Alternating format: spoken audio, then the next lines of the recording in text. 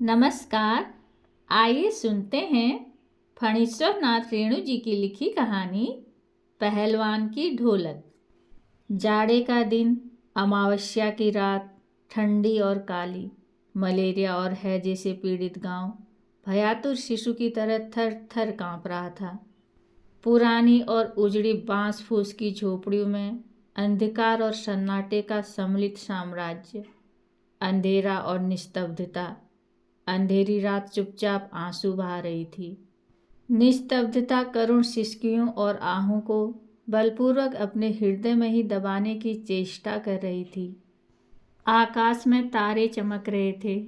पृथ्वी पर कहीं प्रकाश का नाम नहीं।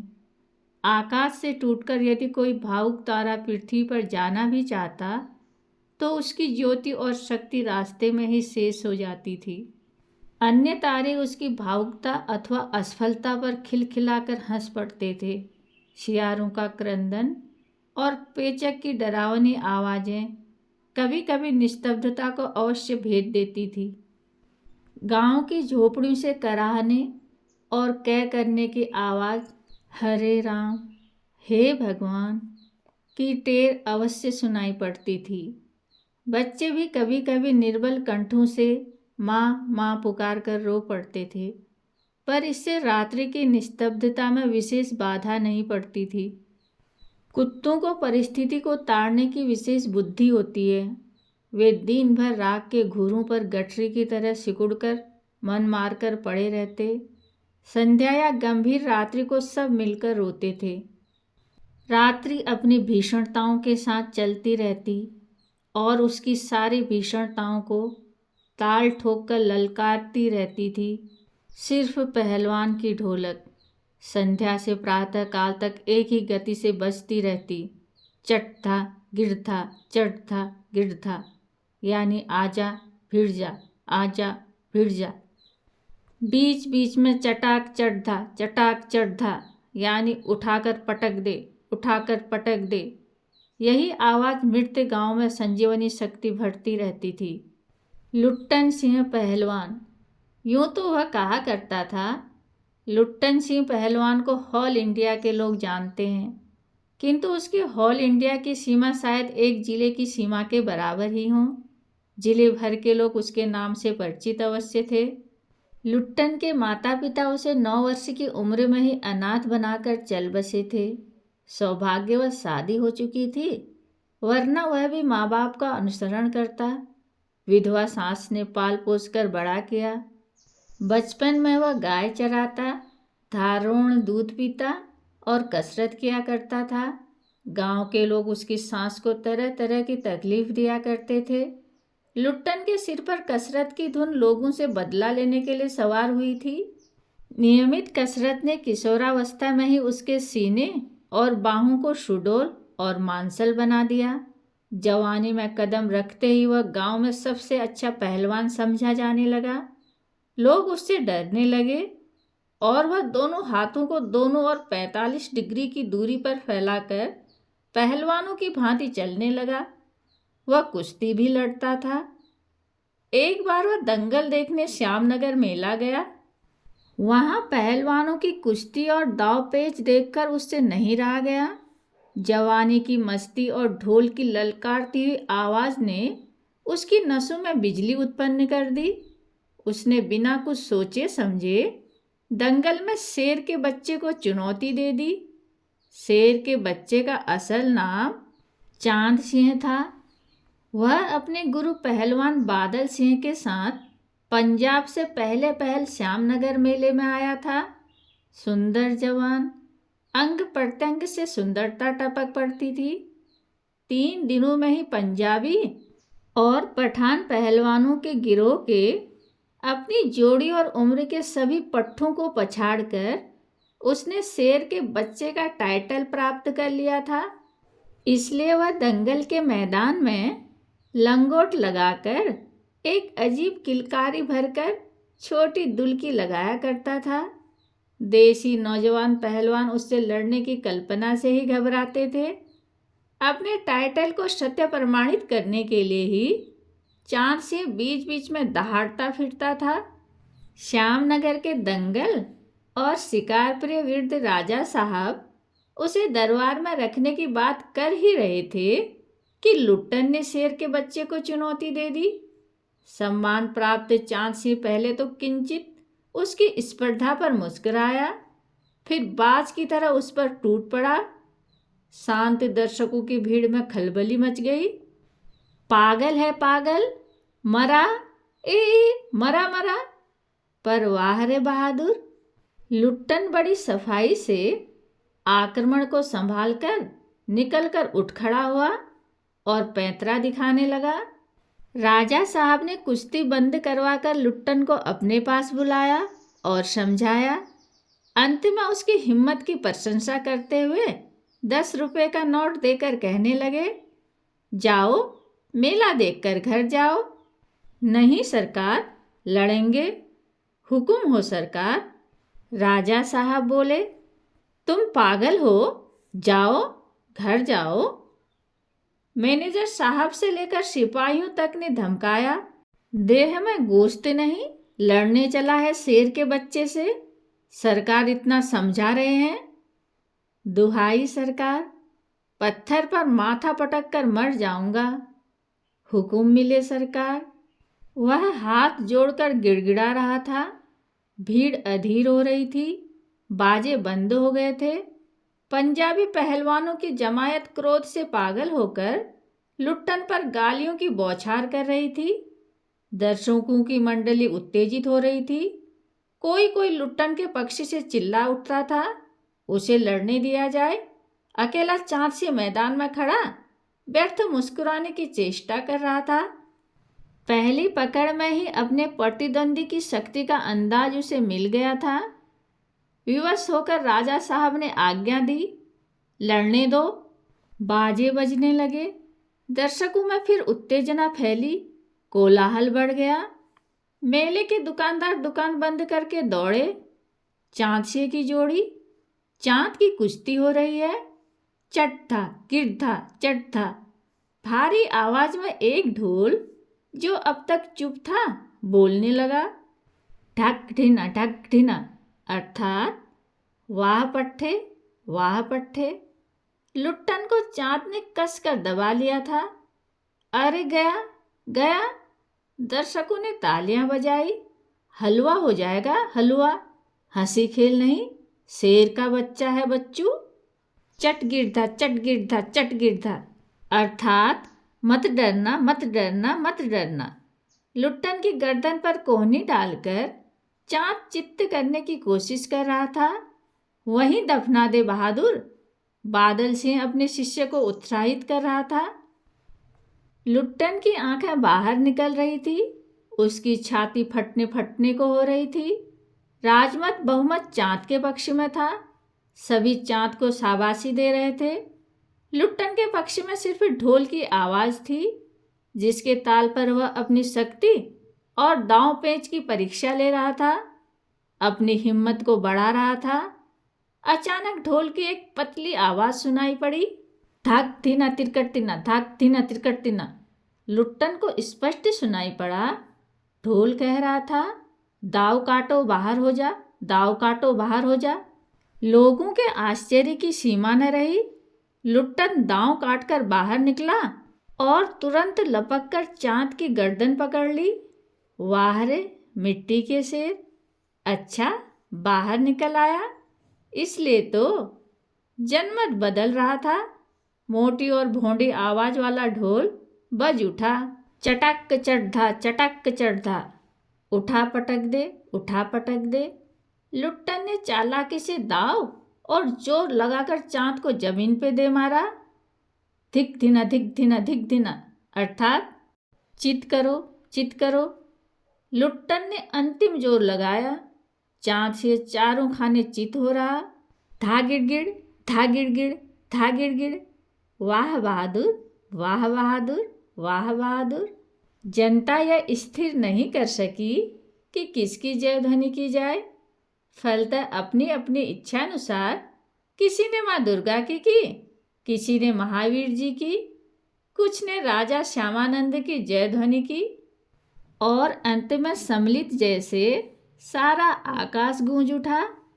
विजयी लुट्टन कूदता फांदता ताल ठोककर सबसे पहले बाजे वालों की ओर दौड़ा और ढोलों को श्रद्धापूर्वक प्रणाम किया। फिर दौड़कर अपने राजा को गोद में उठा लिया। राजा साहब के कीमती कपड़े मिट्टी में सन गए। मैनेजर साहब ने आपत्ति की, हे, अरे रे! किंतु राजा साहब ने उसे स्वयं छाती से लगाकर गदगद होकर कहा, जीते रहो बहादुर, तुमने मिट्टी की लाज रख ली। पंजाबी पहलवानों की जमात चांद सिंह की आंख पोंछ रही थी। लुट्टन को राजा साहब ने पुरस्कृत ही नहीं किया, अपने दरबार में सदा के लिए रख लिया। तब से लुट्टन राज पहलवान हो गया और राजा साहब उसे लुट्टन सिंह कहकर पुकारने लगे। राज पंडितों ने मुंह बिचकाया, हुजूर, जाति का दुसाध सिंह। मैनेजर साहब क्षत्रिय थे। क्लीन शेव्ड चेहरे को संकुचित करते हुए अपनी पूरी शक्ति लगाकर नाक के बाल उखाड़ रहे थे। चुटकी से अत्याचारी बाल को रगड़ते हुए बोले, हाँ सरकार, यह अन्याय है। राजा साहब ने मुस्कुराते हुए सिर्फ इतना कहा, उसने क्षत्रिय का काम किया है। उसी दिन से लुट्टन पहलवान की कीर्ति दूर दूर तक फैल गई। पौष्टिक भोजन और व्यायाम तथा राजा साहब की स्नेह दृष्टि ने उसकी प्रसिद्धि में चार चांद लगा दिए। कुछ वर्षों में ही उसने एक एक कर सभी नामी पहलवानों को मिट्टी सुंघाकर दिखा दिया। काला खां के संबंध में यह बात मशहूर थी कि वह ज्यों ही लंगोट लगाकर या ली कहकर अपने प्रतिद्वंदी पर टूटता है, प्रतिद्वंदी पहलवान को लकवा मार जाता है। लुट्टन ने उसको भी पटककर लोगों का भ्रम दूर कर दिया। उसके बाद से वह राज दरबार का दर्शनीय जीव ही रहा। चिड़िया खाने में पिंजड़े और जंजीरों को झकोर कर बाघ दहाड़ता, हाँ हूँ। सुनने वाले कहते, राजा का बाघ बोला। ठाकुर बाड़े के सामने पहलवान गरजता, महावीर। लोग समझ लेते, पहलवान बोला। मेले में वह घुटने तक लंबा चोंगा पहने, अस्त व्यस्त पगड़ी बांधकर मतवाले हाथी की तरह झूमता चलता। दुकानदारों को चुहल करने की सूझती। हलवाई अपनी दुकान पर बुलाता, पहलवान काका, ताज़ा रसगुल्ला बना है, जरा नाश्ता कर लो। पहलवान बच्चों की सी हंसी हंसकर कहता, अरे तनी मनी का है, ले आओ 1.5 सेर, और बैठ जाता। 2 सेर रसगुल्लों को उदरस्त करके मुंह में 8-10 पान की गिलोरियां ठूस ठुड्डी को पान के रस से लाल करते हुए अपनी चाल में मेले में घूमता। मेले से दरबार लौटते समय उसका अजीब हुलिया होता। आँखों पर रंगीन अभ्रक का चश्मा, हाथ में खिलौने को नचाता और मुंह से पीतल की सीटी बजाता हंसता हुआ वह वापस जाता। बल और शरीर की वृद्धि के साथ बुद्धि का परिणाम घटकर बच्चों की बुद्धि के बराबर ही रह गया था उसमें। दंगल में ढोल की आवाज़ सुनते ही वह अपने भारी भरकम शरीर का प्रदर्शन करना शुरू कर देता था। उसकी जोड़ी तो मिलती ही नहीं थी। यदि कोई उससे लड़ना भी चाहता तो राजा साहब लुट्टन को आज्ञा ही नहीं देते। इसलिए वह निराश होकर लंगोट लगाकर देह में मिट्टी मल और उछलकर अपने को सांड या भैंसा साबित करता रहता था। बूढ़े राजा साहब देख देख कर मुस्कुराते रहते। यूं ही 15 वर्ष बीत गए। पहलवान अजय रहा। वह दंगल में अपने दोनों पुत्रों को लेकर उतरता था। पहलवान की सांस पहले ही मर चुकी थी। पहलवान की स्त्री भी 2 पहलवानों को पैदा करके स्वर्ग सिधार गई थी। दोनों लड़के पिता की तरह ही गठीले और तगड़े थे। दंगल में दोनों को देखकर लोगों के मुंह से अनायास ही निकल पड़ता, वाह, बाप से भी बढ़कर निकलेंगे ये दोनों बेटे। दोनों ही लड़के राज दरबार के भाई पहलवान घोषित हो चुके थे। अतः दोनों का भरण पोषण दरबार से हो रहा था। प्रतिदिन प्रातःकाल पहलवान स्वयं ढोलक बजा बजा कर दोनों से कसरत करवाता। दोपहर में लेटे लेटे दोनों को सांसारिक ज्ञान की भी शिक्षा देता। समझे? ढोलक की आवाज पर पूरा ध्यान रखना। हाँ, मेरा गुरु कोई पहलवान नहीं, यही ढोल है। समझे? ढोल की आवाज के प्रताप से ही मैं पहलवान हुआ। दंगल में उतरकर सबसे पहले ढोलू को प्रणाम करना। समझे? ऐसी बहुत सी बातें वह कहा करता। फिर मालिक को कैसे खुश रखा जाता है, कब कैसा व्यवहार करना चाहिए आदि की शिक्षा वह नित्य दिया करता था। किंतु उसकी शिक्षा दीक्षा सब किए कराए पर एक दिन पानी फिर गया। वृद्ध राजा स्वर्ग सिधार गए। नए राजकुमार ने विलायत से आते ही राज्य कार्य अपने हाथ में ले लिया। राजा साहब के समय जो शिथिलता आ गई थी, राजकुमार के आते ही दूर हो गई। बहुत से परिवर्तन हुए। उन्हीं परिवर्तनों की चपेटाघात में पड़ा पहलवान भी। दंगल का स्थान घोड़े की रेस ने लिया। पहलवान तथा दोनों भावी पहलवानों का दैनिक भोजन व्यय सुनते ही राजकुमार ने कहा टेरिबल। नए मैनेजर ने कहा हॉरिबल। पहलवान को साफ जवाब मिल गया। राज दरबार में उसकी आवश्यकता नहीं, उसको गिड़गिड़ाने का भी मौका नहीं दिया गया। उसी दिन वह ढोलक कंधे से लटका कर अपने दोनों पुत्रों के साथ अपने गांव में लौट आया और वहीं रहने लगा। गांव के एक छोर पर गांव वालों ने एक झोपड़ी बांध दी। वहीं रहकर वह गांव के नौजवानों और चरवाहों को कुश्ती सिखाने लगा। खाने पीने का खर्च गांव वालों की ओर बंधा हुआ था। सुबह शाम वह स्वयं ढोलक लेकर अपने शिष्यों और पुत्रों को दांव पेंच वगैरह सिखाया करता था। गांव के किसान और खेतीहर मजदूर के बच्चे भला क्या खाकर कुश्ती सीखते। धीरे धीरे पहलवान का स्कूल खाली पड़ने लगा। अंत में अपने दोनों पुत्रों को ही वह ढोलक बजा बजा कर लड़ाता रहा, सिखाता रहा। दोनों लड़के दिन भर मजदूरी करके जो कुछ भी लाते उसी में गुजर होती रही। अकस्मात गांव पर वज्रपात हुआ। पहले अनावृष्टि, फिर अन्न की कमी, तब मलेरिया और हैजे ने मिलकर गांव को भूनना शुरू कर दिया। गांव प्राय सूना हो चला था। घर के घर खाली पड़ गए थे। रोज 2-3 लाशें उठने लगी। लोगों में खलबली मची हुई थी। दिन में तो कलरव, हाहाकार तथा हृदय विदारक रुदन के बावजूद भी लोगों के चेहरे पर कुछ प्रभा दृष्टिगोचर होती थी, शायद सूर्य के प्रकाश में। सूर्योदय होते ही लोग कांखते, कूंखते, कराहते अपने अपने घरों से बाहर निकलकर अपने पड़ोसियों और आदमियों को ढांढस देते थे। अरे क्या करोगी रोकर दुल्हन, जो गया सो गया, वह तुम्हारा नहीं था, वह जो है उसको तो देखो। भैया, घर में मुर्दा रख के कब तक रोओगे? कफन की क्या जरूरत है, दे आओ नदी में, इत्यादि। किंतु सूर्यास्त होते ही जब लोग अपनी अपनी झोपड़ियों में घुस जाते तो चूं भी नहीं करते। उनकी बोलने की शक्ति भी जाती रहती थी।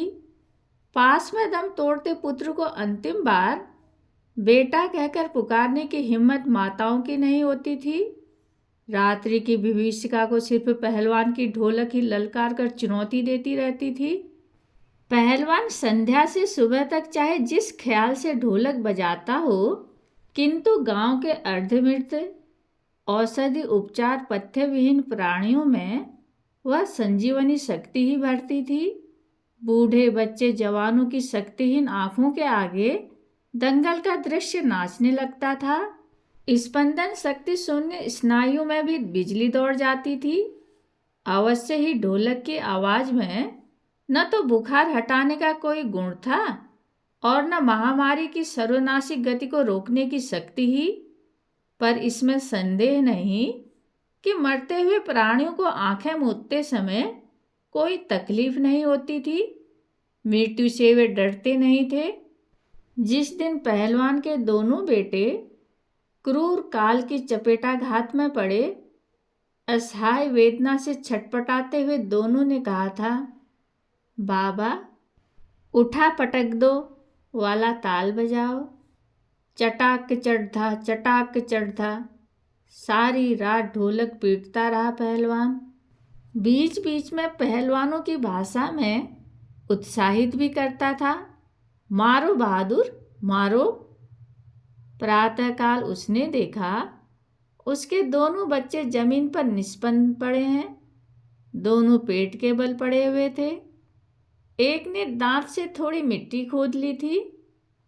एक लंबी सांस लेकर पहलवान ने मुस्कुराने की चेष्टा की थी। दोनों बहादुर गिर पड़े। उस दिन पहलवान ने राजा श्याम नंद की दी हुई रेशमी जांघिया पहन ली। सारे शरीर में मिट्टी मलकर थोड़ी कसरत की। फिर दोनों पुत्रों को कंधे पर लादकर नदी में बहाया। लोग उन्हें सुना तो दंग रह गए। कितनों की हिम्मत टूट गई। किंतु रात में फिर पहलवान की ढोलक की आवाज़ प्रतिदिन की भांति सुनाई पड़ी। लोगों की हिम्मत दुगनी बढ़ गई। संतप्त पिता माताओं ने कहा, दोनों पहलवान बेटे मर गए, पर पहलवान की हिम्मत तो देखो, 1.5 हाथ का कलेजा है। 4-5 दिनों के बाद एक रात को ढोलक की आवाज़ नहीं सुनाई पड़ी। ढोलक नहीं बोली। पहलवान के कुछ दिलेर किंतु रुग्ण शिष्यों ने प्रातःकाल जाकर देखा, पहलवान की लाश चित पड़ी है। रात में शियारू ने सुगठित बाईं जांघ के मांस को खा डाला। पेट पर भी। आंसू पोंछते हुए एक ने कहा, गुरुजी कहा करते थे कि जब मैं मर जाऊं तो चिता पर मुझे चित नहीं, पेट के बल सुलाना। मैं जिंदगी में कभी चित नहीं हुआ और चिता सुलगाने के समय ढोलक बजा देना। वह आगे नहीं बोल सका। पास ही में ढोलक लुढ़की हुई पड़ी थी। शियारू ने ढोलक को भक्ष्य पदार्थ समझकर उसके चमड़े को फाड़ डाला था। कहानी सुनने के लिए धन्यवाद।